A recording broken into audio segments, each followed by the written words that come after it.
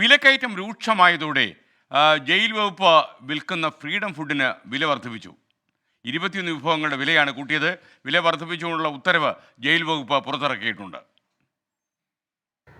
സംസ്ഥാനത്തെ മധ്യവർഗ കുടുംബങ്ങൾ, സാധാരണക്കാരിൽ സാധാരണക്കാർ ഭക്ഷണത്തിനായി ഏറ്റവും അധികം ആശ്രയിക്കുന്ന ഇടങ്ങളിലൊന്നാണ് ജയിൽ വകുപ്പിൻ്റെ ഭക്ഷണ കേന്ദ്രങ്ങൾ. ഫ്രീഡം ഫുഡ് എന്ന പേരിൽ ജയിലുകളിൽ നിന്നുണ്ടാക്കി പൊതുജനങ്ങൾക്ക് വിൽക്കുന്ന ഭക്ഷണ വിഭവങ്ങളുടെ വില ഇപ്പോൾ വർദ്ധിപ്പിച്ചിരിക്കുകയാണ്. വിലക്കയറ്റത്തിൽ ജയിൽ വകുപ്പും പൊറുതിമുട്ടിയതോടെയാണ് വില വർധന. നിത്യോപയോഗ സാധനങ്ങളുടെ വിലക്കയറ്റമാണ് ഭക്ഷണ വിഭവങ്ങൾക്ക് വില വർദ്ധിപ്പിക്കാൻ കാരണമെന്ന് ജയിൽ വകുപ്പ് വ്യക്തമാക്കുന്നു. വിലക്കയറ്റം രൂക്ഷമായ സാഹചര്യത്തിൽ തങ്ങളുടെ ഭക്ഷണ വിഭവങ്ങൾക്ക് വില വർദ്ധിപ്പിക്കണമെന്ന് ജയിൽ വകുപ്പ് സർക്കാരിന് ശുപാർശ നൽകിയിരുന്നു.